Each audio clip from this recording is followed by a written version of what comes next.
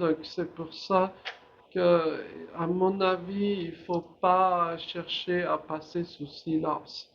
Il ne faut pas faire semblant que l'enfant est comme nous autres quand il est manifeste à tout le monde et à lui-même. Dans notre génération, on nous obligeait à être comme les autres.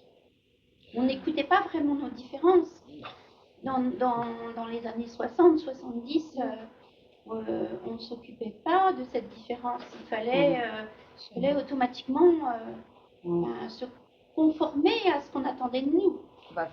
Et c'est maintenant qu'on se rend compte qu'on avait de la différence et qu'on ne s'est pas occupé de cette différence. C'est ça.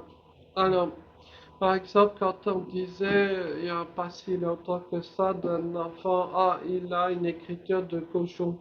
On fait un peu d'effort, tu vas écrire correctement.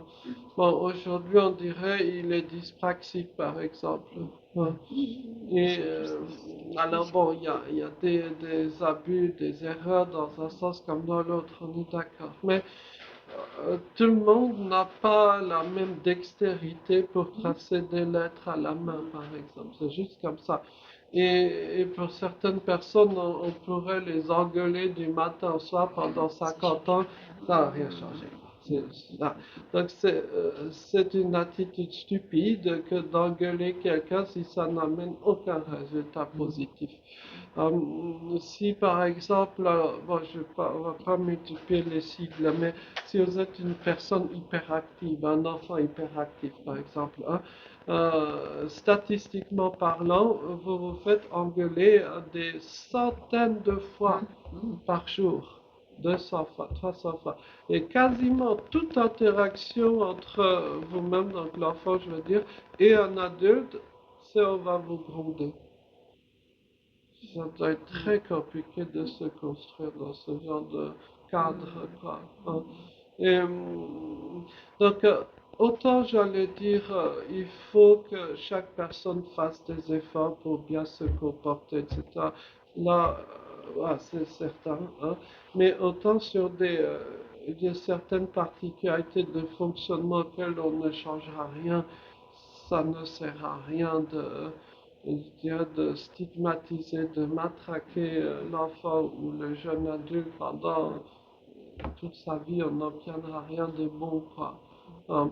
Et donc, il y a pour revenir à votre question, il y a la prise de conscience, on va dire générale ou intuitive, quoi. Hein. Mais ensuite, il faut bien savoir sur le plan concret, pas médical ou autre, mon fonctionnement, c'est comme ci, comme ça. Et une fois que je l'ai compris moi-même, je pourrais éventuellement l'expliquer à mes camarades. Et je ferai œuvre utile parce que au cours de leur vie à eux, mes camarades vont sans doute rencontrer des gens qui sont comme moi. Hein, et donc ça les aidera plus tard au boulot, je ne sais pas où. Hein, donc, parce que cette prise de conscience est importante. Peut-être pour faire un mauvais sketch, ce serait amusant de voir avec la schizophrénie si ça marche aussi. Imaginons, vous êtes d'origine japonaise, hein, vous vous retrouvez dans une classe, ben, par exemple ici, à Semur, quoi, hein, vous êtes le seul enfant d'origine japonaise, quoi, hein, et donc, évidemment, les Japonais sont un peu curieux, quoi, par leur apparence et leur manière, quoi. Donc, on va vous dire, mon enfant, si tu es exclu, eh bien, c'est très simple, on va essayer de cacher que tu es japonais, quoi. D'accord? Il sera interdit d'en parler et tout ira bien pour toi. Est-ce que c'est possible comme attitude? Est-ce que ça peut marcher? Ça n'a pas marché du tout. Et ça sera désastreux pour tout le monde. Hein, parce que ce qui est l'une des sources du harcèlement, c'est même pas le fait qu'un tel soit grand ou petit, c'est pas ça, oculer les cheveux comme ça, c'est même pas ça. Le socle du harcèlement, c'est le fait qu'il essaye de dissimuler des choses évidentes et les autres comprennent que c'est son point faible. C'est ça. C'est ça la situation qui crée le harcèlement. C'est pas qu'il soit japonais en tant que tel d'origine ou qu'il soit grand ou petit. C'est pas ça ce qui fonde le harcèlement. Hein. c'est plutôt une attitude de dissimulation, on sent que c'est son point faible.